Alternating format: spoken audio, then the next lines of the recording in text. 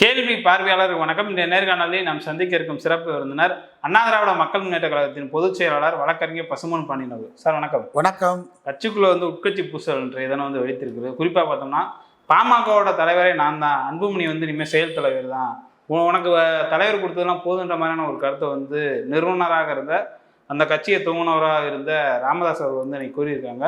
கூடுதலாக பார்த்தோம்னா வன்னியர் சங்கத்தினுடைய நிர்வாகிகள்லாம் சேர்ந்து ஐயா எதை சொல்கிறாரோ அதை நாங்கள் கேட்போம், அன்புமணியவே மாற்றினாவும் நாங்கள் அதற்கு ஆதரவு கொடுப்போம் சொல்லியிருக்காங்க. அன்புமணிக்கு ஆதரவாக கூட ராமதாஸை எதிர்த்து பல்வேறு நபர்கள் முழக்கம் இருக்காங்க.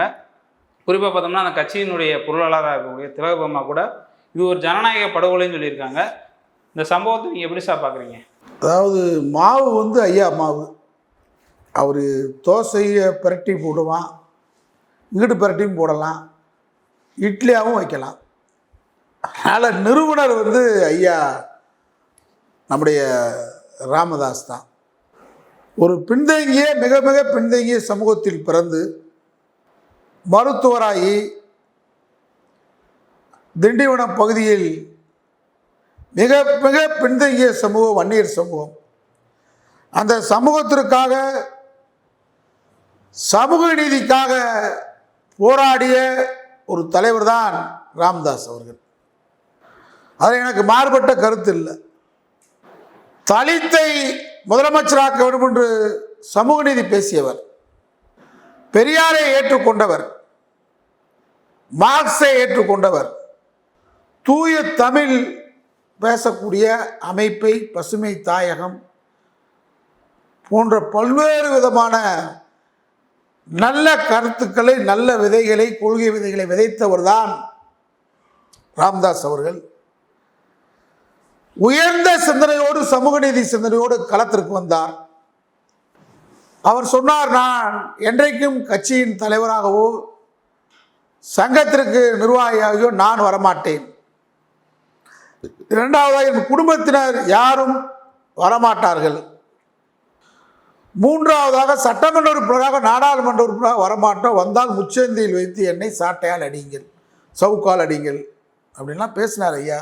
அதெல்லாம் மாறிடுச்சுங்க சார். இப்போ அதெல்லாம் அந்த கருத்துக்கள் மாறிடுச்சு. என்னைக்கு அன்புமணி ராமதாஸ் அவர்கள் தேர்தல் களத்துக்கு வந்தாரோ மாறிவிட்டதை ஒரு தலைவராகிட்டார். எல்லாமே மாறிடுச்சு. அது மட்டும் மாற்றமில்லை, சாதிய கட்டமைப்பை இறுக்கத்தை தொடர்ச்சியாக அந்த பகுதியில் பல்வேறு நேரங்களில் செய்ய வேண்டிய கட்டாயத்திற்கு பாமக தள்ளப்பட்டிருக்கிறதை நாம் பார்க்கின்றோம். அவர் இந்த ஆரம்பத்தில் வந்த வேகத்தோடு வந்திருந்தா தமிழகத்தில் ஒரு அசைக்க முடியாத சக்தியாக பாமக திகழ்ந்திருக்கும். சாதியத்தையும் மதத்தையும் அவர்கள் இரண்டு கைகளாக வைத்துக் கொண்டார்கள். அண்மை காலமாக சிறுபான்மை மக்கள் பாமகவை நம்பினார்கள், சிறுபான்மை மக்களையும் ஏமாற்றி விட்டார்கள். இங்கே அறிக்கை கொடுப்பது, நாடாளுமன்றத்தில் ஆதரிப்பது. பாமக உயர வேண்டிய இடத்திற்கு வர முடியாததற்கு காரணம் சறுக்கல், கொள்கை சறுக்கல், கோஷங்களில் ஏற்பட்ட மாறுபட்ட தன்மை. ஆனால் தனிப்பட்ட முறையில் நான் ராமதாஸ் அவர்களை மதிப்பவன். காரணம், என்னை போன்று மிகவும் பின்தங்கிய சமூகத்தில் பிறந்து வந்தவர், ஒரு தலைவராக ஒரு இயக்கத்தை கட்டமைத்து அந்த பின்தங்கிய மக்களுக்காக போராட வேண்டும் என்ற உயர்ந்த நோக்கத்திற்காக வந்த ஒரு அமைப்பை நிறுவி காட்டியது பெரிய விஷயம். நீங்க எம்பிசி இடஒதுக்கீடு, மிகவும் பின்தங்கிய மக்களுக்கான இடஒதுக்கீடை, அவருடைய போராட்டம், அவர்கள் செய்த தியாகம், உழைப்பு தான் 68 மக்களுக்கு அந்த எம்பிசி என்ற வாய்ப்பு கிடைத்தது. ஐயா ராமதாஸ் அவர்கள் தலைமையிலான அந்த தியாக போராட்டம் தான். இதிலெல்லாம் எனக்கு மாறுபட்ட கருத்து இல்லை. ஆனால் இன்றைக்கு அந்த கட்சியின் நிலைமை மோசமானதுக்கு காரணம் என்ன என்பதை பரிசீலனை செய்தால், என்றைக்கு மதவாதத்தை துணை கலைத்தார்களோ, என்றைக்கு மதவாத பாஜகவோடு பாஜகவோடு சேர்ந்து கொண்டு அவர்கள் செய்யக்கூடிய காட்டுமிராண்டித்தனத்திற்கு நியாயம் கற்பிக்க ஆரம்பித்தார்களோ, திருமாவளவனோடு இணைந்து வட மாவட்டங்களில் அரசியல் செய்த அந்த வேகம், அந்த சமூக நல்லிணக்கம் திரும்பவும் அங்கே ஒரு பகை உணர்ச்சியை தூண்டிவிட்டு மீண்டும் ஒரு சமூக நிலையத்திற்கு கேடுகட்ட நிலைமை உருவான நேரத்திலே தான் பாமகவுடைய வளர்ச்சி குறைந்தது. இன்னைக்கு அவங்க வீட்டுக்குள்ளேயே பிரச்சனைன்றாங்க. இன்றைக்கு நம்முடைய அரசியல் வரலாறுல பார்த்தோம்னு சொன்னா அதிகாரமும் ஆடம்பரமும் எங்கே தலை தூக்குதோ, பல்வேறு சாம்ராஜ்யங்கள், ரோம் சாம்ராஜ்யமா இருந்தாலும் ஐரோப்பிய சாம்ராஜ்யமா இருந்தாலும் இஸ்லாமியருடைய சாம்ராஜ்யங்கள் வீழ்ந்ததற்கு காரணம் ஆடம்பரமும் அதிகாரம் எங்கு தலை தூக்குறதோ அங்கே சாம்ராஜ்யம் வீழப்படும். சாதாரண சாமானியமான குடும்பத்தில் பிறந்த ராமதாஸ் அவர்கள் உயர்ந்த லட்சியத்தோடு உயர்ந்த கொள்கை வேகத்தோடு அரசியல் பயணத்திற்கு வந்தார். ஆனால் அரசியல் பயணம் அவரை குடும்பமும் அவரை கீழே இழுத்து விட்டதாகத்தான் நான் குற்றச்சாட்டு சொல்கிறேன். இல்லை, அவரோட கருத்து சிலது இருக்குல்ல. அவருடைய கருத்து இன்னைக்கு கூட பார்த்தீங்களா, அவருடைய கருத்து உண்மையான கருத்து, இதயமான கருத்து. நம்முடைய திராவிட மாடல் அரசு, நம்முடைய மாண்புமிகு முதலமைச்சர் இன்னைக்கு இந்தியாவே திரும்பி பார்க்குற மாதிரி உச்சநீதிமன்றத்தில் மாநில உரிமைகளை நிலைநாட்டி கவர்னருடைய அதிகாரத்துக்கெல்லாம் முற்றுப்புள்ளி வைத்து மாநில உரிமைகளை நிலைநாட்டிய நம்முடைய ஸ்டாலின் அவர்களுடைய அந்த நடவடிக்கை நேற்று ஐயா ராமதாஸுடைய அறிக்கை வரவேற்கிற மாதிரி இருக்கு. இதான் அவருடைய உள்ளார்ந்த நிலைமை. ஆனால் சிண்டேவை எல்லா கட்சியும் தமிழ்நாட்டில் தேடுறான். நீங்கள் நான் சொல்கிறது ஏற்றி இறக்கி பேசலை. ஆர்எஸ்எஸ் உடைய வேலை என்னன்னு கேட்டால், ஆர்எஸ்எஸ்னால் ஒரு ஆர்எஸ்எஸ் மட்டும் கிடையாது. ஆர்எஸ்எஸ்க்கு 32 அமைப்பு இருக்கு. நீங்கள் ஆர்எஸ்எஸ்காரனை அடையாளமே பார்க்க முடியாது. அவன் கட்சியில் உறுப்பினரே கிடையாது, அடையாளமே தெரியாது. ஒரு திட்டத்தை அவன் நிறைவேற்றுறான்னு சொன்னால் அதை கச்சிதமாக நிறைவேற்றுவாங்க. மகாத்மா காந்தியை கொலை செய்ய திட்டம் போட்டது அவங்க தான். அது மாதிரி இப்போ பாஜக என்ன பண்ணுறான்னு கேட்டால், தமிழ்நாட்டில் எல்லா கட்சியிலும் புகுற பார்க்குறான். ஐயா ராமதாஸ் கட்சியில் புகுந்துட்டான். புகுந்து என்ன பண்ணிட்டான், அப்பே மகன் 2 பேரும் பிரிச்சுட்டான். இது பாமகவை பிரித்தது சதி. ஐயா ராமதாஸுக்கு அதிகார போதை கிடையாது, அதிகார மமதையும் இல்லை. குடும்ப சூழல் இன்றைக்கு பணம் கூடிவிட்டது, பதவியை அனுபவித்து விட்டார்கள். ஆகவே குடும்பத்துக்குள்ள எல்லோரும் பதவிக்கு வரும் நினைக்கிறாங்க. இது அன்புமணிக்கு ஏற்றுக்கல. அதான் அந்த இளைஞர்களில் கூட சண்டை கடந்த காலங்களில் நடந்தது. அவருடைய பெண் வாரிசுகளும் அவருடைய மக்கள்களும் 4வது தலைமுறை 3வது தலைமுறை அரசியலுக்கு பணம் வந்துட்டா அப்புறம் அதை நுகர்ச்சி பொருள் ஆசை தானே வரும்.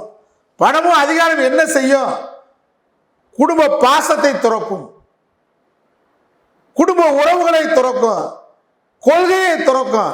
அதுதான் அங்கே நடக்குது. இப்போ ஐயா இது வரைக்கும் வாழ்க்கை எடுக்காத முடிவு ராமதாஸ் எடுக்கிறாரு. நான் தான் அவரை யார் கேட்க முடியும், நீங்கள் தான் நிறுவனர்.